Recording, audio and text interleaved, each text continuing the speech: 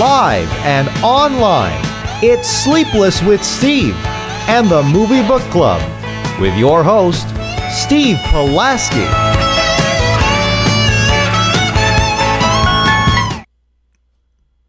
Back and better than ever, it is Sleepless with Steve. We are live and in living color on YouTube. It is a gruesome, twosome show tonight. Good to be with you wherever you may be, however you may be listening. Big shout out to my co-host tonight, Dominic Guanzon, who is taking over the reins for Joe Viso. A little last-minute cancellation, no harm, no foul. The boy is trying to get his master's. Getting his education.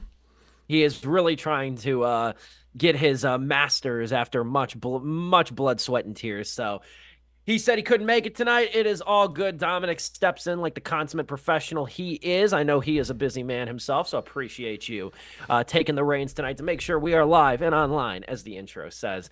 Good to be with you wherever you may be, however you may be listening on this Wednesday evening. Last Wednesday of February, but not the last day of February. We have Leap Day tomorrow, which I don't know why I'm weirdly excited about it. I talked about it like two or three times on my show today. I don't know. February 29th is cool. I don't know what it is. February 29th, I know it comes around every 4 years, but it sounds like a day that really shouldn't exist either.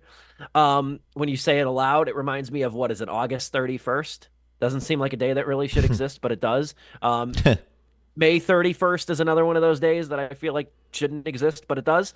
But yeah, my favorite Leap Day fun fact that I will probably say 2 or 3 times on my morning show tomorrow.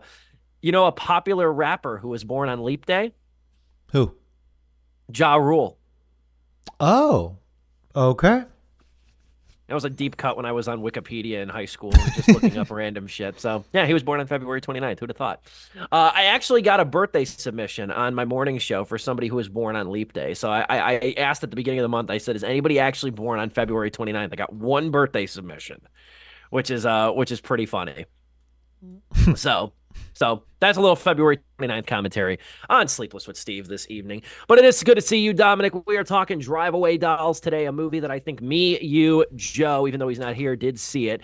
And including Catherine, who we saw it together, I think that probably makes 10, 11 people who saw this thing in theaters, because this thing made very little money, desperately little money. You could see this coming from a mile away.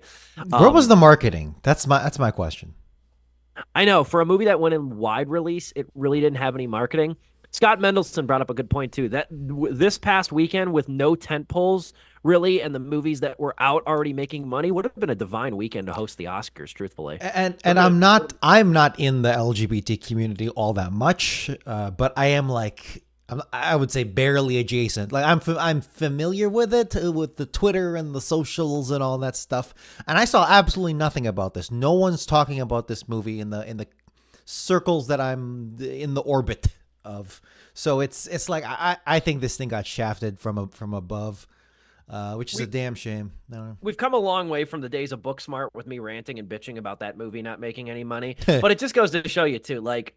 I mean, the thing now, I just more or less expect it at this point, which is sad to say, but like, and oh god, yeah, it's the same.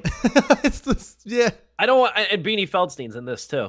I don't want to start this off on an incendiary note, but this is again another example of people, of like audiences or a sector of people like the LGBTQ community talking about a lack of representation in movies, and then when they receive that representation, nobody shows up. I mean, if I'm being blunt, like that's the problem. And then people wonder why movies like this don't get made, which is a damn shame. On that note, we will talk Drive Away Dolls today. And because we did see it, and there are some things to talk about with this movie, and we will also talk about kind of a part 2. I didn't foresee talking about this so soon, but Warner Brothers is a disaster, so I guess it's fitting, especially with the fourth quarter earnings report just coming out as well, that we kind of, I guess, put a lid on the Warner Brothers Paramount merger that we opined about last week on the show as well.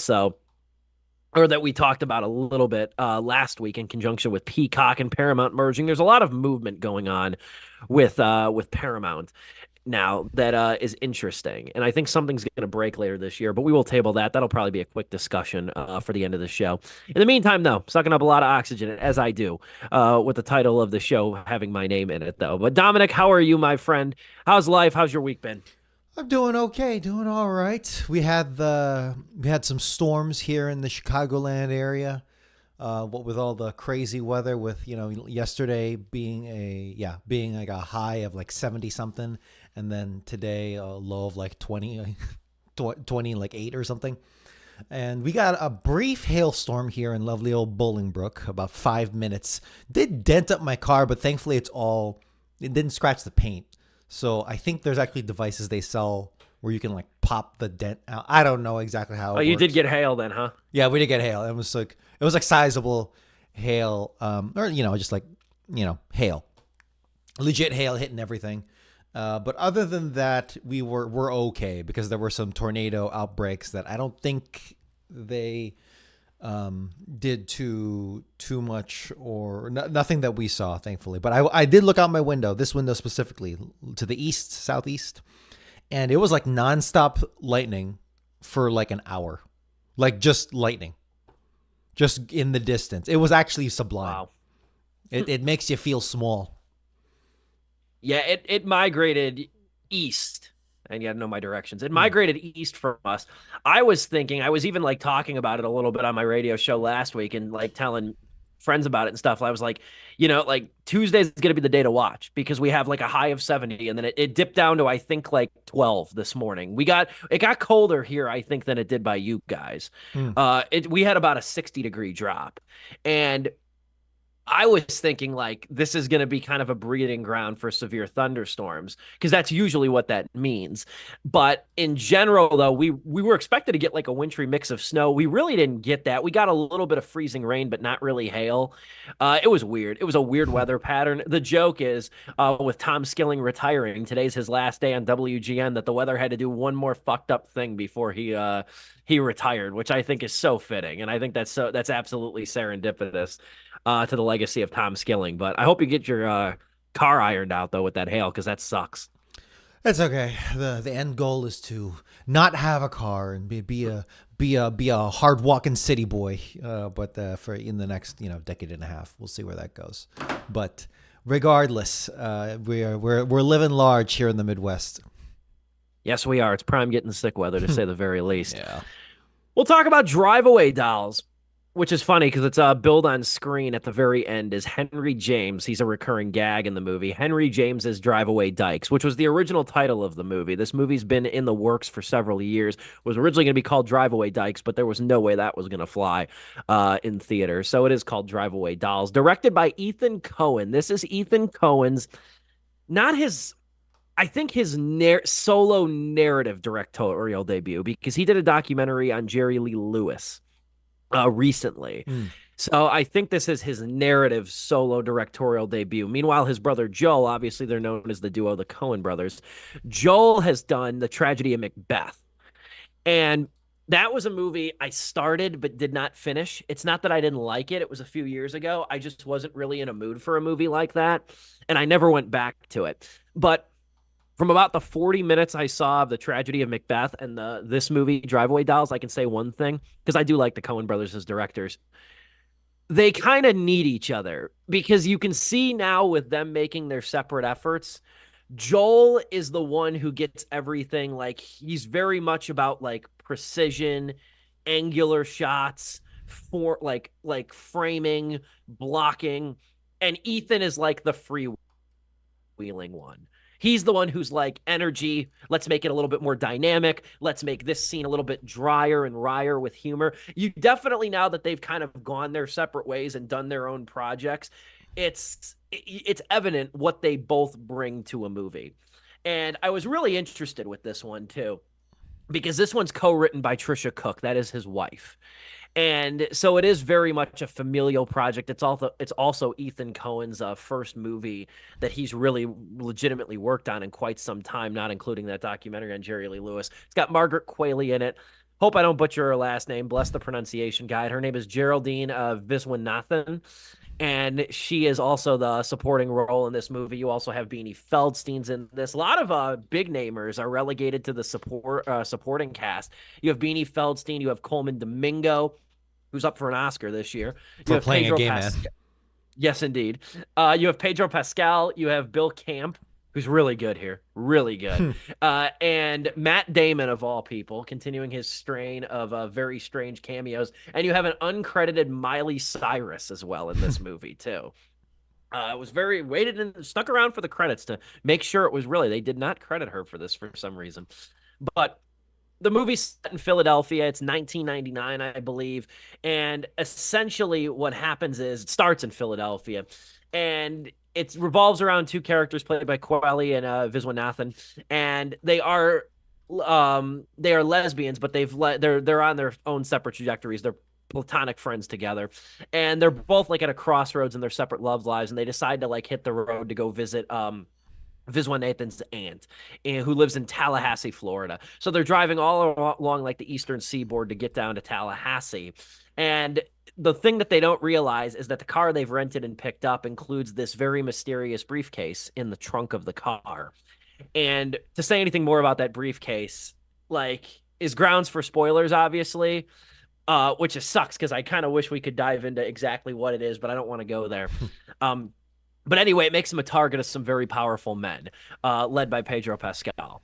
That is essentially the movie, the premise. It's only 84 minutes long. I think it's like 78 minutes without credits, too. So this is one of the shortest movies I've seen in theaters in quite some time. So it's very much it's a lesbian road movie, if you will. And there's a decent amount of fun to be had in this Coen brother film, as I'm calling it, as I called it in my review. But there's also some frustrating points of this movie, too. I feel like this movie is a rewrite away from being really good. It's good. It's amusing. It's wry. It's almost wry to the point where it's a fault. But I feel like this movie's one rewrite away from being great. And that's where I start with this. What say you about Drive-Away Dolls? I'm really curious to hear. I'm very excited to see where we converge, and maybe not so much because I feel the same way, but I think I do wonder where we diverge. But regardless, there's a lot of things going for this movie already. It's not an indie movie, but it's got an indie feel. It's a road trip comedy. It's not mumblecore at all, but it's got the same general vibes of one, right? It's coming of age. It's a gay movie. It explores all of these things while being very kinetic in certain aspects. For me, the like max kineticism is always Scott Pilgrim versus the World. That's like the high end of that stuff, right? Way over the top, what have you. Whereas the other end is, I don't know, not that. Where this lands is, it's like subtly in the middle. You don't think of it as such until it decides to be so. Does that make sense? Sure. Suddenly you find yourself here in a very psychedelic trance with this interesting montage that maybe they lay on a little bit too thick too quickly. Other times they're doing some interesting Dutch angles. Other times they are doing some reverse shot, classic Coen brothers kind of comedic timing on that stuff. And that I very much appreciate. And the cast here is very, very entertaining. Everyone, I'm really trying to see like the big flaw here, and I don't really think there's really much of a weak link. Do you think so, Steve? Because I can't really. Yeah, I don't think so either. I think this cast is just complete aces, because compared to, or not compared to, but how they're utilized in the writing and the story, I think that is the big flaw of this movie. And that's really all I can say here, because some of the biggest gags really do come down to the twist. But let's and even like, because no one knows much about this movie, even that opening scene with Pedro Pascal, it goes away. You really don't think it will. And for that, I appreciate it. But in terms of some of the humor here, in terms of its boisterousness, in how it portrays its kind of underground, but at the same time, very loud lesbian scene, I think is one of the highlights for me. Do I know the lesbian scene very well? Absolutely not.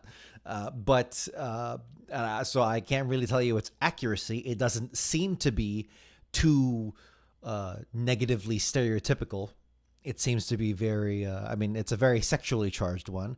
And if there's anything that the gay people in my life can say, it's that they are indeed very horny.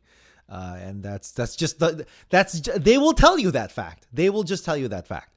Obviously not universal, as is represented by one of the characters, but for that, I do appreciate it. So, yeah, for me, I think that is the strongest point of this movie is its cast and how that lesbian scene is that gay scene is loving, hating, but mostly lovingly portrayed. Yeah, that's a good way to kind of pivot even to kind of I guess touching on the performances here. There really isn't a weak link. I especially liked Bill Camp as Curly, who is also Yeah. the one character in this movie that doesn't really get any sort of like wrap up for his No, part. he What the hell doesn't. happened to You just kind of Curly? leave him. Yeah. I asked Catherine that on the way home. I was like, "What? They never figured we never really got solace with him, unfortunately, you know." And I liked him. I thought Bill Camp was very funny in his couple scenes that he does have here. The bulk of the movie, though, is obviously spent with Margaret Qualley and Geraldine Viswanathan, and they are comfortable in their types. They're also kind of one note. They're also kind of one note here, though. Quiley plays Jamie, who's really just a talkative nymphomaniac with a very deep Texas accent, who throws around terms like sugar spice, which is amusing. She's very much, excuse me, the talkative like nymphomaniac of the dynamic. And then you have Marion, who's played by Viswanathan, and she's the uptight, reserved friend. I didn't find them as dynamic as I was hoping for. And you'd assume just from that description that they'd be pretty dynamic together. But what ends up happening though is like Jamie becomes defined by her horniness, and then Marion never like loosens up or loses some of that cold exterior. It doesn't help either too that I think Until it just happens, until she does. And it's not as smooth of a transition as I thought it'd be. Yeah. no, no, it really isn't. Which I guess, in life, it's not really smooth and everything.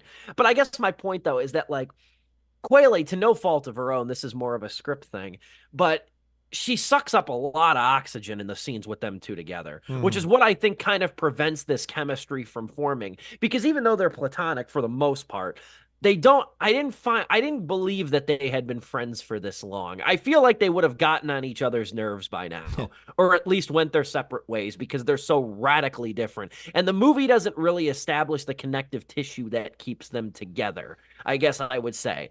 And it's a one-sided lesbian buddy road movie too, because she gets the bulk of the dialogue too, and Marion's kind of confined to being like the nodding, like silently, not even really supportive, but like silently accepting friend. Mm-hmm. Yeah, it's a very odd couple dynamic, which I am a sucker for. Same. But at the same time, looking back, leaving the theater, I thought that relationship was as well defined as you think it would be at the end. But looking back on it now, it's like, yeah, the situations that they're put in, they don't really, they interact a lot, but it seems more, how do I say this, plot driven as opposed to, I don't know. I need to really sit down and look at it again, because maybe I'm just confusing efficiency with a lack of a depth, if you know what I'm getting at. It's nothing if not efficient.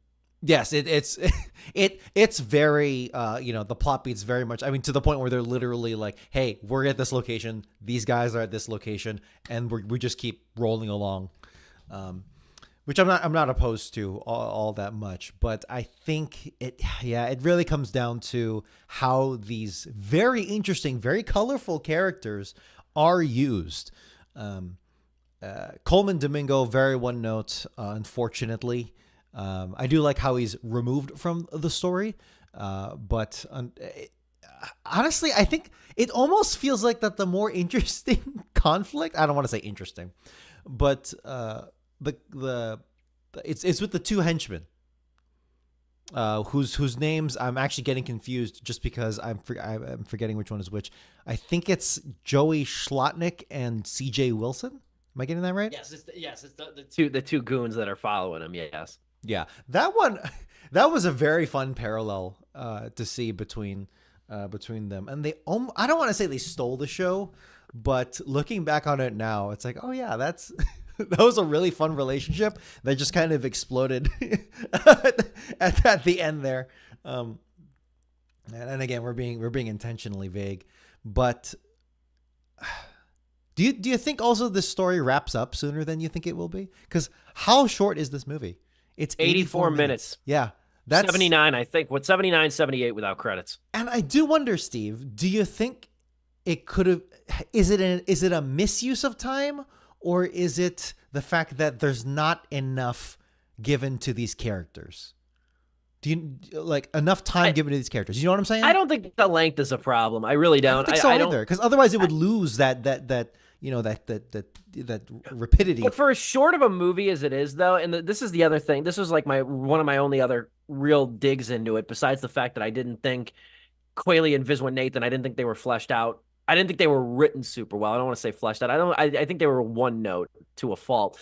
The other aspect of this movie, though, is that for a movie that's so short, and once they figure out what they have in that trunk and what's in that briefcase, there's not a ton of urgency either for this movie. I thought it would kick into a higher gear than it actually did. Yeah, it kind of downshifts a little bit, no pun intended, to the title, and doesn't really ramp up when you expect it to. I'm gonna give an example, and I'm not gonna make any friends with this example, but it has a lot in common, and this might sell some people, which is fine. It has a lot in common with The Big Lebowski, another Coen Brothers movie. Sure. It has a lot in common with it. It's not The Big Lebowski, but it's got, I think I see where you're coming from. Yeah. Here's where I won't make any friends, though. Like, The Big Lebowski, I'm due for a rewatch on it. I truly am. But The Big Lebowski, when I first watched it, it was like, this feels like it's on the cusp of being funny. It feels like it's on the cusp of being very funny. And it has such a reputation, too, that you'd think it would be. It precedes it. Yeah, I think I'm just covering my own ass here. Is that it's been so long since I've seen Big Lebowski, and I was a kid, so like I don't even know if I fully appreciate it. Which is why I'm kind of scared to watch it now, because it's like, oh man, will this kind of ruin it because I'm older now and it's got such a reputation? Yeah, I should just watch it, but yeah. I say it as I'm due for a rewatch, but it reminded me of The Big Lebowski, not only in its like characters, but it just feels like it's on the cusp of constantly on the cusp of being funny. But it either like scenes either end with a weak punchline, or in Drive Away Dolls, or both. In Drive Away Dolls, in both even, both even too. But it's talking more specifically to Drive Away Dolls. Scenes either end with like a weak punchline, or a very wry to a fault punchline, and then it segues to like some, what I call, I didn't mind them, I really didn't, but then it segues to like these PowerPoint transitions, you know, which was amusing for the first couple. I didn't hate it. It was different. I take that over a Fade to Black, which I think is redundant as hell. Yeah. It overstayed its welcome. It definitely, those transitions overstayed their welcome. The first couple, I was like, okay. And then by like the fourth one, where it was getting crazy, where it's like, I'm like, okay, all right, we're good here. And also, yeah, those psychedelic transitions, I understand the point of it. And it was a fun reveal to where those led to. I just thought the pacing of, this is getting very detailed. This is getting too micro now. But I thought like, because it's like there's three psychedelic, transitions or flashbacks or what have you, and it's like they're very close to each other, and I'm like, okay, this is, what the hell is happening here? I think the pacing on this is weird, but again, that's a very micro complaint.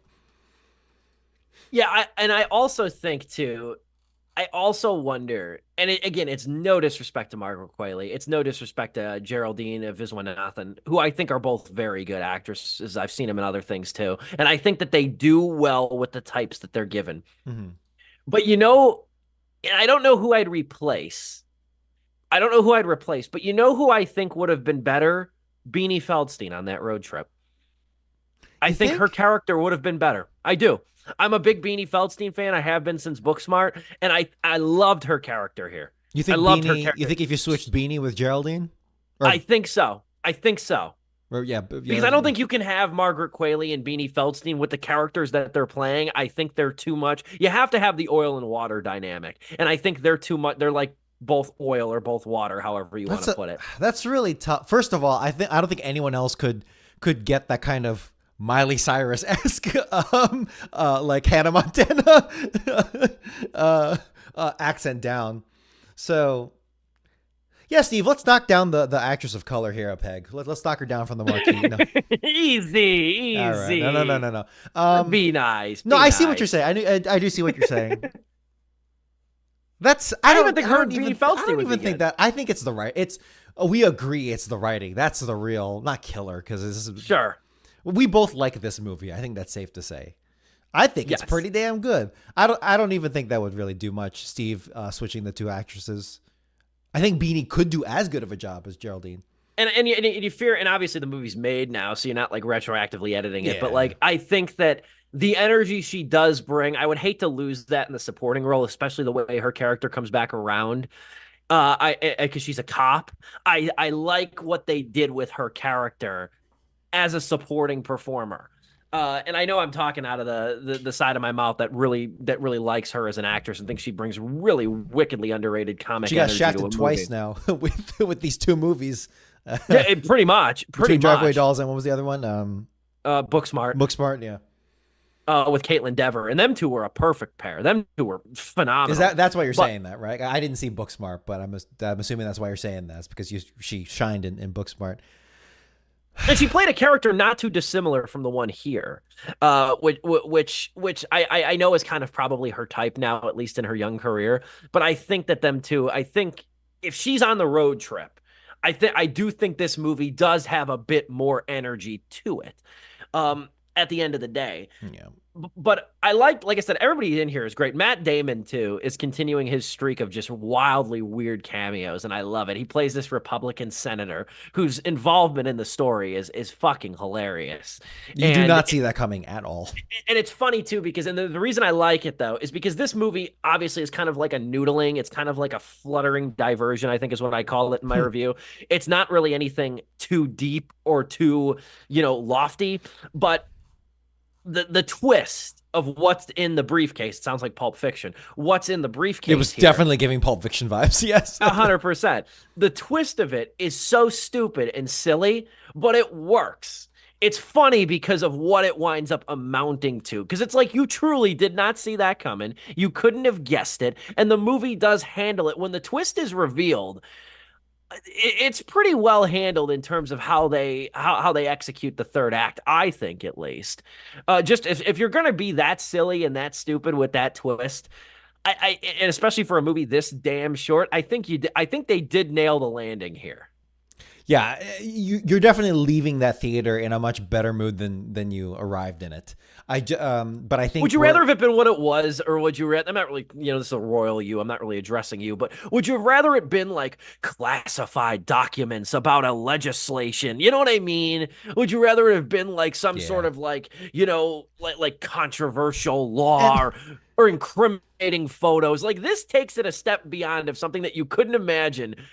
But also kind of can because of how fucked the American political landscape is at the same time. Once you know what it is, it's like, yeah, I can kind of see that. And it's a really good background joke is, or like in the background is that of the two things that are the two packages here, one is one and the other is the other, and you'd think one of them would be way bigger than the other one, but everyone's obsessed with this one. Again, being intentionally vague here. It's like, yeah, no, that's where our priorities being intentionally are. Some innuendo right there with package, and one's bigger than the other one too. Nooch.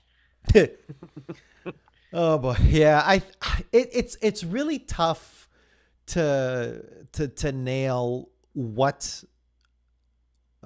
went wrong. Not that really it was all that wrong. We like this movie. I like this movie a lot. But as you said, Steve, what keeps it from being great? It's down to the nitty gritty and but also just some larger plot beats. You think if both of the brothers were on this thing?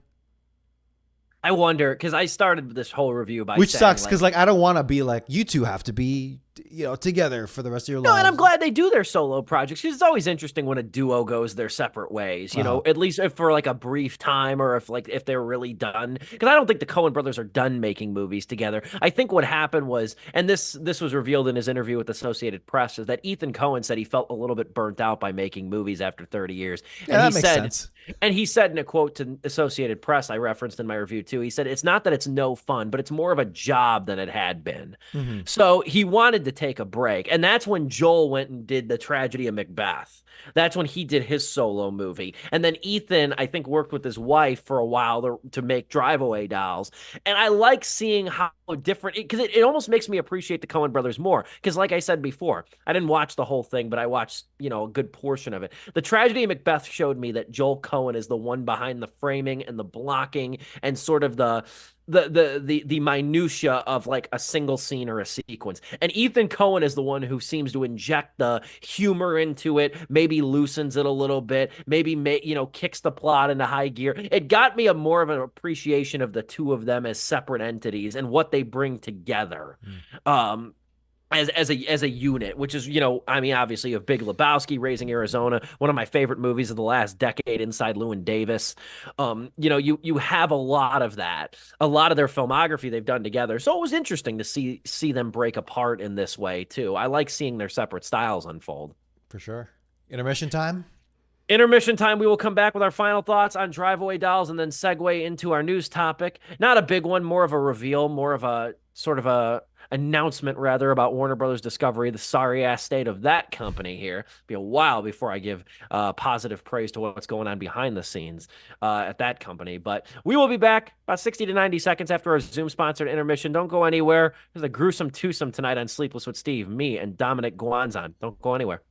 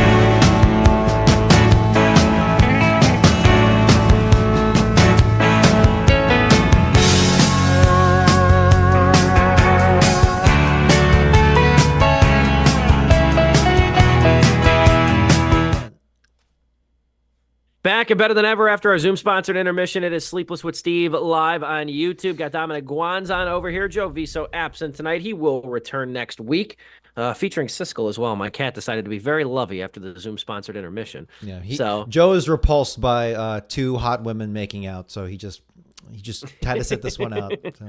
He was a drive-away dude for Drive-Away Dolls.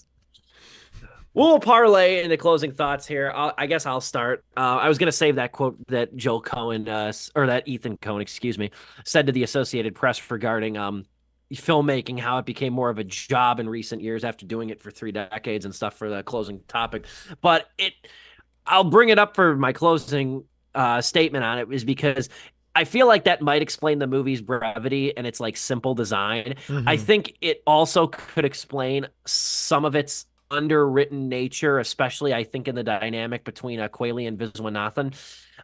Another rewrite, and I think this movie could have really been a low-key gem as opposed to sort of this like flutter that I think it is in its current state, save for a really strong third act and some really good performances in general. I guess I speak as somebody, I really wanted to love this thing. I really wanted this to kind of be the sleeper movie of the year in some ways. Hmm. And I'm surprised we went this long without mentioning it, or I went this long without mentioning it. But stylistically speaking, the movie, while set in 1999, is very much a throwback to like 70s exploitation Okay, movies. That's really what it's going for I, here. I was I was very hesitant to make the comparison because I have not watched enough of those. But cause I'm like, oh, am I just getting fooled by those psychedelic transitions? No, it really does feel like, okay, thank you. I was not going insane with that. It's like, okay, they're really trying to capture this, and that's really fun.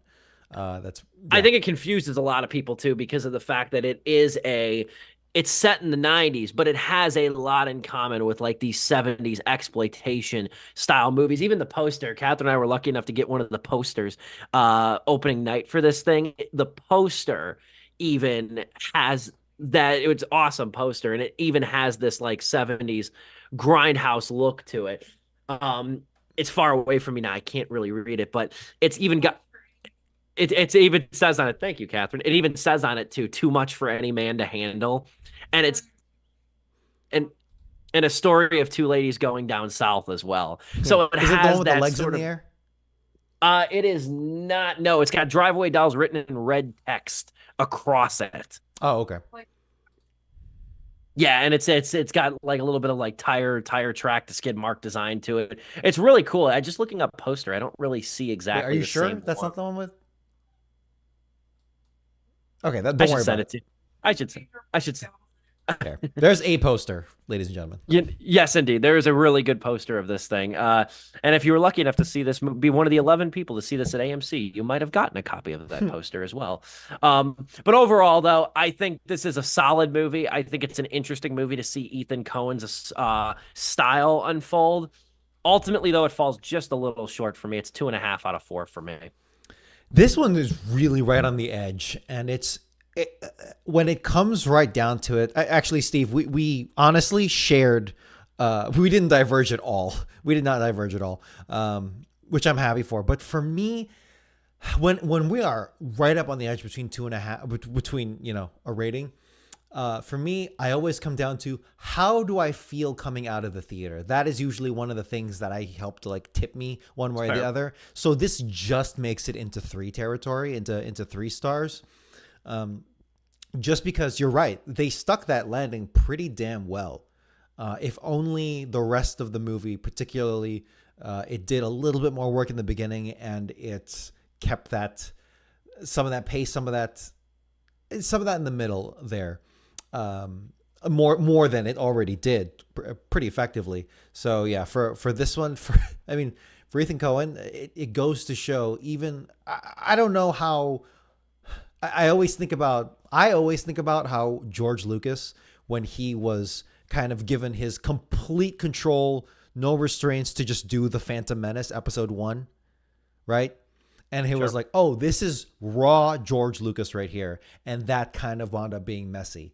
I don't know the background of Drive-Away Dolls, but if Drive-Away Dolls is like, hey, this is raw Ethan Cohen here. Obviously also written by Trisha Cook. He didn't co-wrote with Trisha Cook. But still, it's like if this is raw Ethan Cohen, if this is as, condensed down as it is, I'm not mad at that at all. I'm pretty happy with this. It's a testament to the Cohen name in film. Good stuff. Very good stuff. Figured it'd be a very exciting review. I'm glad we touched on this. I also saw Ordinary Angels this weekend, which was very solid too. A genre of movie, the faith-based drama that I'm really not completely privy to, as these gentlemen know. Was surprisingly wowed in some ways by that movie and some of the directions it did take and things like that. So there was a couple interesting genre movies in theaters this weekend. I know it didn't really reflect in the box office receipts, but there was a couple interesting genre movies, if nothing else, that was released this weekend. Hopefully, Drive Away Dolls does find an audience. I do think when this thing drops on Hulu or Netflix or wherever the hell it's going to end up, that it will wind up getting some buzz, um, and it will find an audience Mm-hmm. ultimately. We shall move forward, however, Not going to take a ton of time for this, but thought it was kind of a nice piggyback off of our story last week. So last week we touched on NBC Universal potentially merging Peacock with Paramount Pictures Paramount Plus streaming service. And we talked about a lot of streaming consolidation and things of that nature. I saw this today, kind of a slow-ish news week. So I just thought this was interesting. I wasn't totally aware that they were looking to do this, but it seems like Paramount is up for sale in so many ways. Because according to CNBC, Alex Sherman on the byline for this story, Warner Brothers Discovery halts the merger talks with Paramount Global. So essentially, Warner Brothers Discovery shares now trade near a 52-week low, apparently. I don't get it. They Can't have iCarly. How could they be doing this poorly? I know. Tell me about it. Tell me about it. You know, they just released Good Burger 2. Does that not move the needle of Wall Street? But at any rate, but Warner Brothers is backing out. They've got their own. They've got their own problems. That's almost like the analogy of like their house is fire and they're trying to judge their neighbors. You know, and try to consolidate that for more to burn down. But essentially, Warner Brothers Discovery isn't going to merge with Paramount after they've already merged with Discovery Channel, obviously, just last year. The other piece of this, too, is that Comcast, which is, again, NBC Universal, too, they're not interested in buying Paramount Global assets. They're not interested in acquiring any of the movies or franchises that they want or that they have or own, but they're considering commercial partnerships. Again, re-emphasizing the story we talked about last week regarding Peacock and Paramount Plus potentially being bundled or being merged into some sort of maybe hybridized streaming service as well. But Warner Brothers isn't looking to acquire Paramount. I think they're fucking up enough truthfully, too. I think I think the thing to watch is really Paramount now, because Paramount seems to be at the point where they're looking to sell in some capacity or looking to consolidate to somebody else and make maybe a sagging portion of their portfolio somebody else's problem. Paramount's going to be the one to watch here in this whole thing. I know a lot of the attention is on Warner Brothers Discovery in the realm of studio news, as it should be, with the Coyote versus Acme disaster. And obviously, they're still, I think, reeling from the Batgirl dissolution of that, Scoob, Holiday, Haunt, and the other creatives who have backed out of projects with Warner Brothers Discovery. So I think Warner Brothers Discovery has sucked up a lot of the oxygen. I think people are watching the left hand more than the right here and not really noticing that, like, something massive seems to going to be happen with Paramount later this year, and it's going to be in the form of something that's going to rapidly change Paramount Plus. The good news, however, though, at least in my opinion, is that Warner Brothers Discovery is not going to be the one to initiate this change, or at least buy up this company and do anything significant with Paramount. Whether it's NBC Universal / Comcast, that remains to be seen. Last thing to note, too, on Friday is that Warner Brothers Discovery shares fell 10% on Friday after the company missed analyst targets for earnings and revenue. We mentioned that just I think 2 weeks ago when we talked about Coyote versus Acme, that their fourth quarter earnings call was later this month. It has since happened. The stock has precipitously fallen 47% in the past year. Warner Brothers is the stock that is currently at a 52-week low. Which again, I'm not particularly shocked at. Paramount Global is also trading at nearly a 52-week low. It's a rough time to be a studio. It's a rough time to be a studio in the age of capital C content over here, as I would say. What say you, Dom? What was your reaction to this? What angle do you want to take? Oh, those poor studios and execs. Meanwhile, every other media landscape is also facing huge layoffs to consolidate. We might be... There's a lot of factors at play. The one that seems to be the very, very macro one is that we're still reeling from the reaction to the pandemic, being that companies hired, paid out the wazoo for all this infrastructure to just stay afloat and what have you. And now that things have, not really, but now that things feel a little bit more normal, it feels like, oh, okay, we can cut back now. We can trim all the fat here. And apparently there's a lot of fat, according to the hundreds and thousands of all sorts of people, journalists, broadcasters, animators, anything is also facing that loss. But in terms of the studios themselves, what does Paramount really have going for it now? It's really, really hard to say. You've got CBS. You'd think with the Super Bowl situation, you'd think that'd be like, oh, they're doing so great right now. But really, look beyond that. Like, I want to say, I don't have any kind of, unfortunately, any kind of hard data to back this up. But other than that 52-week low, but I feel like Paramount is on the bottom tier of streaming services right now. Like, how are the streaming services doing? Not all too hot. I feel like Peacock and Paramount are on the lower end. Like, those appeal to more boomers.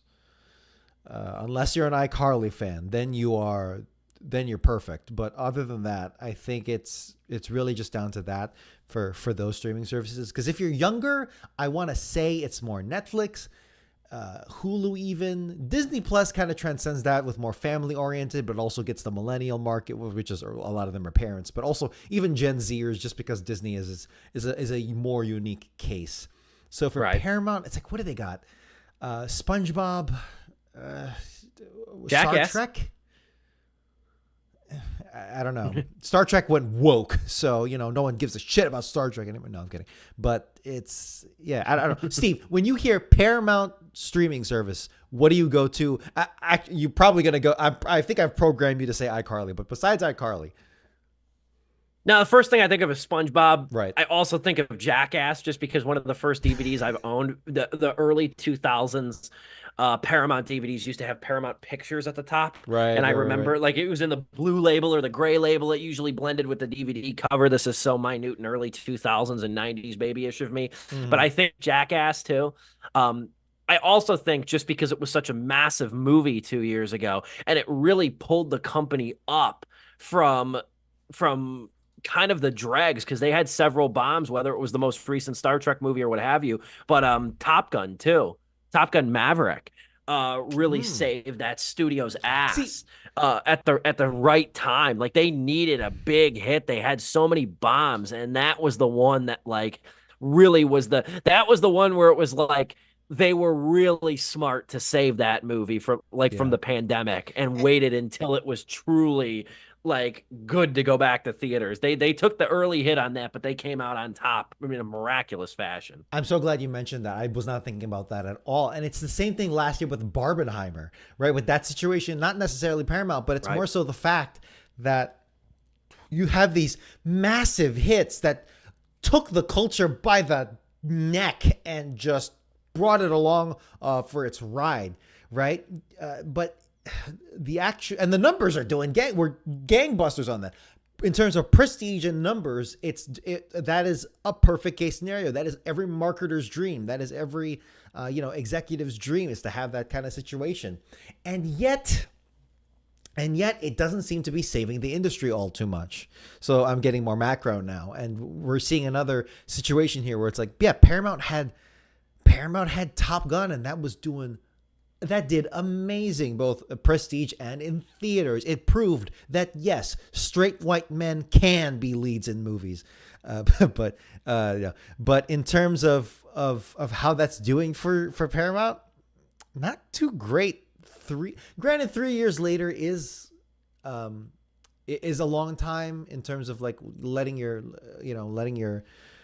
golden goose kind of shits more stuff out for you. But do you get what I'm getting here, Steve? It's a troubling trend, and I think it's more so just to do with everything. Maybe is the American economy just getting more and more? It's more on ghost stilts, where it's like it's just trying to keep this beast alive. Is it more of a media thing? Is it a digital thing? We could be here for another hour, couldn't we? I mentioned last week on the show when we talked about Peacock and Paramount potentially merging.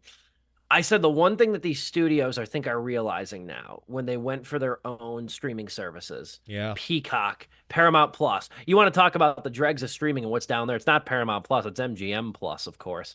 But you want to talk about, yes, it is. Look it up. Looking at those, Peacock, Paramount Plus, and MGM Plus, for what it's worth. Those studios have been around for 100+ years. but they don't have it. Consumers are not loyal to studios. They're really not. Marvel is probably the one studio, that has that sort of huge loyalty, and that is a byproduct of a larger umbrella of Disney.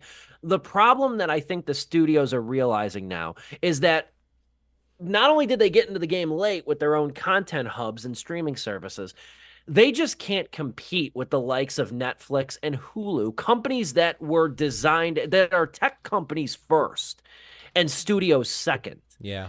and distributors second. They are tech companies at the end of the day. They were at the forefront of the technology that allows us to stream movies on our computers, our phones, and our televisions.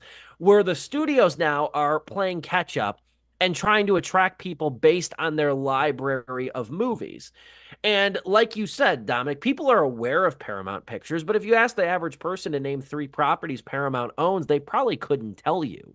Or they would have struggled to tell you 3 properties that NBC Universal owns. They're commonplace, studio names, but you don't really know exactly what they are. I think a lot of corporations in America are like that, where you might be aware of them, but you don't really know exactly what they do, their scope, their reach, the amount of people, their exact products and things like that.